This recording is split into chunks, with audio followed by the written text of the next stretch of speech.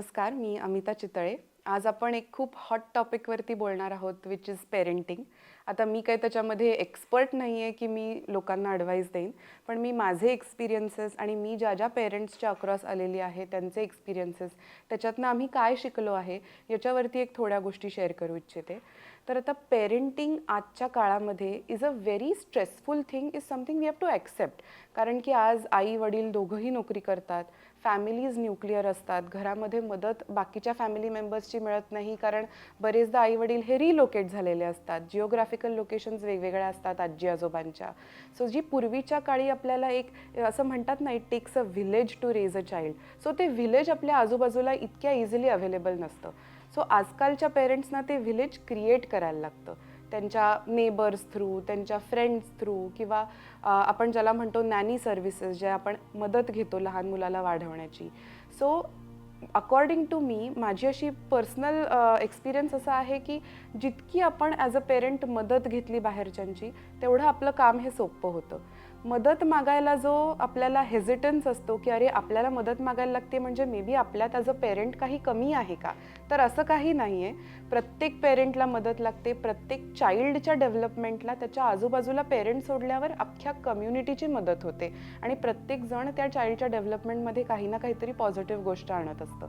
So आजी आजोबांची मदत घेणे, शेजारच्यांची मदत घेणे, नॅनी सर्व्हिसेसची मदत घेणे, या गोष्टी ॲक्सेप्ट करण्यामध्ये काहीही कुठल्याही पद्धतीचा कमीपणा नाही.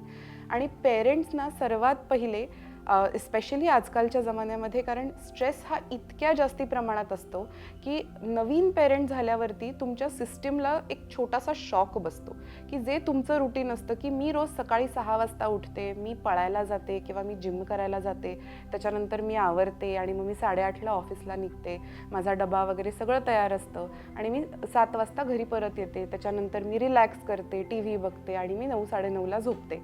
तर हे जे तुमच्या डोक्यामध्ये रुटीन असतं आणि ज्याच्यात तुम्ही बसलेला असतात मे बी 6-7 वर्ष ऑर इवन मोर, या रुटीनला एक मोठा शॉक बसतो Wien you become parents.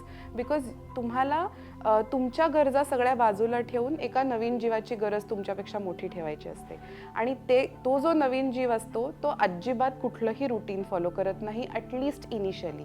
So हा जो सिस्टीमला बसणारा शॉक असतो, हा सर्वात मोठा म्हणजे त्या चाइल्डच्या प्रायमरी केअरगिव्हरला पडतो, ज्याला त्या चाइल्डचं फीडिंग, रात्रीची झोप, डायपर चेंजेस और अशा इतर तत्सम गोष्टी करायला लागतात. त्या प्रायमरी केअरगिव्हरवरती हा मेंटली आणि फिजिकली हे खूप असा is like a shock to their system. So हा शॉक ॲब्झॉर्ब करण्यासाठी सर्वात पहिले म्हणजे प्रायमरी केअरगिव्हरची मानसिक तयारी करणं की तुमचं लाईफ हे बाळ आल्यानंतर कसं असणार आहे आणि त्याच्यासाठी तुम्हाला आधीच काही मदत करता येऊ शकत असेल किंवा आधीच काही सिस्टीम सेट करता येऊ शकेल तर तसं काय करता येऊ शकतं. आणि जेव्हा बाळ येतं तेव्हा काय काय पद्धतीच्या मदती तुम्ही बाकीच्यांकडनं घेणार आहात, आणि जरी दिवस हा 24 तासाचा असेल आणि तो कमी वाटत असेल तरी त्याच्यातनं ॲटलिस्ट 15 मिनटं का होईना मी टाईम म्हणून वेळ काढणार, ज्याच्यामध्ये मी मला पाहिजे ते करीन, किंवा मी इंस्टाग्रामवरती रील्स स्क्रोल करीन, मी ऑनलाईन शॉपिंग करीन, मी एक मोठी अंघोळ करीन, किंवा मी छान 20 मिनटाची नॅप काढीन, जे काय मला पाहिजे ते. 15 ते 20 मिनटं दिवसातनं जेव्हा न्यूबॉर्न बेबीज असतात, हे प्रायमरी केअरगिव्हरसाठी अत्यावश्यक असतं. कारण की आपली आयडेंटिटी या बाळाच्या व्यतिरिक्त काय आहे हे आपण आपल्याला सतत आठवण करून देणं गरजेचं असतं सध्याच्या लोनलीनेसमध्ये. आणि जसं जसं ते बाळ मोठं होत जातं तसं तसं त्या बाळाच्या गरजा बदलत जातात. तर ह्या बाळाच्या गरजा काय असतील ह्या अगोदरच माहिती करून घेणे, की साधारण 1 ते 2 वर्षाच्या बाळांचं रुटीन काय असतं, ते दिवसात किती वेळा खातात, त्यांना किती वेळ बाहेर नेला पाहिजे, त्यांना कुठल्या पद्धतीच्या इंटरॅक्शन्स द्यायला पाहिजेत ज्यांनी त्यांच्या ग्रोथला मदत होईल, त्यांना किती तास झोपणं गरजेचं आहे, या सगळ्या गोष्टी सध्या इंटरनेटवरती खूप इझिली अवेलेबल असतात किंवा तुम्ही डॉक्टरांशी पण बोलू शकता.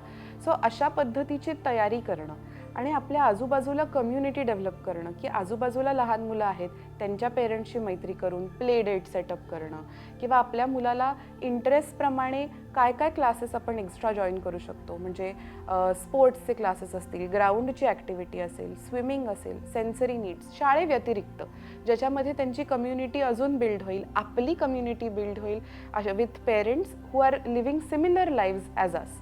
सो जेव्हा आपण आपल्यासारख्या आयुष्य जगणाऱ्या लोकांना शोधतो तेव्हा आपल्याला सुद्धा वाटतं की ओके, आपण एकटे नाही आहोत ह्याच्यामध्ये आणि there are other people around us who can support us, की अरे बाबा एकदम अचानक आज माझ्या मुलाचं पोट बिघडलं आणि मला कळतच नाही कशामुळे. तर माझ्या फोनमध्ये एक 4 आया आहेत ज्यांना मी फोन केला तर त्या मला सांगू शकतील की अरे तू हे ट्राय कर किंवा तू असं ट्राय कर किंवा तू वेगळा अप्रोच ट्राय कर. सो या सगळ्या गोष्टींसाठी पेरेंट्सना स्वतःची कम्युनिटी डेव्हलप करणे इतकीच इम्पॉर्टंट आहे जितकी त्या चाइल्डला त्याच्या अवतीभोवती बाकी चिल्ड्रनची कम्युनिटी डेव्हलप करणे. प्लस पेरेंट्सना त्यांच्या मेंटल हेल्थचा, स्पेशली प्रायमरी केअर गिवर्सना आणि स्पेशली पहिले 2 वर्ष पोस्टपार्टमचे अत्यंत काळजी घेणं गरजेचं असतं. बिकॉज हा एक खूप सेन्सिटिव्ह पिरियड असतो जेव्हा स्वतःची आयडेंटिटी ते विसरतात, स्पेशली प्रायमरी केअर गिवर्स, की त्यांना लक्षात येत नाही की मी या बाळाच्या जन्माच्या आधी कशी होते आणि मला या बाळाच्या जन्मानंतर आता काय करायला पाहिजे ज्यांनी मला कळेल की बाबा मी सुद्धा गुड इनफ आहे ॲज ॲन इंडिव्हिज्युअल. सो ह्याच्यासाठी जर त्यांना जाणवत असेल की त्यांच्यामध्ये काही बदल आलेत किंवा त्यांचं टॉलरन्स कमी झाला आहे किंवा मे बी रेज इश्यूज वाढलेले आहेत, तर वेळच्या वेळी आपल्या डॉक्टरांशी संपर्क साधला तर ते मदत करू शकतात. बिकॉज पोस्टपार्टम प्रायमरी केअर गिवर्सना, स्पेशली मदर्सना, हॉर्मोन्स हे खूप वरखाली होतात. सो त्यांच्या कंट्रोलमध्ये इमोशन्स नसतात. सो या गोष्टी सेटल करण्यासाठी जर आपण डॉक्टरांची मदत घेतली तरी त्याच्यामध्येही काहीही कमी नाही, कारण ह्यांनी पुढची जी डेव्हलपमेंट बाळाची आणि पेरेंट्सची आहे त्याच्यामध्ये खूप फरक पडू शकतो. तर पेरेंट्सनी, स्पेशली नवीन पेरेंट्सनी मेंटल हेल्थ, कम्युनिटी तयार करणे आणि सपोर्ट घेणे या गोष्टींवरती खूप लक्ष दिलं गेलं पाहिजे.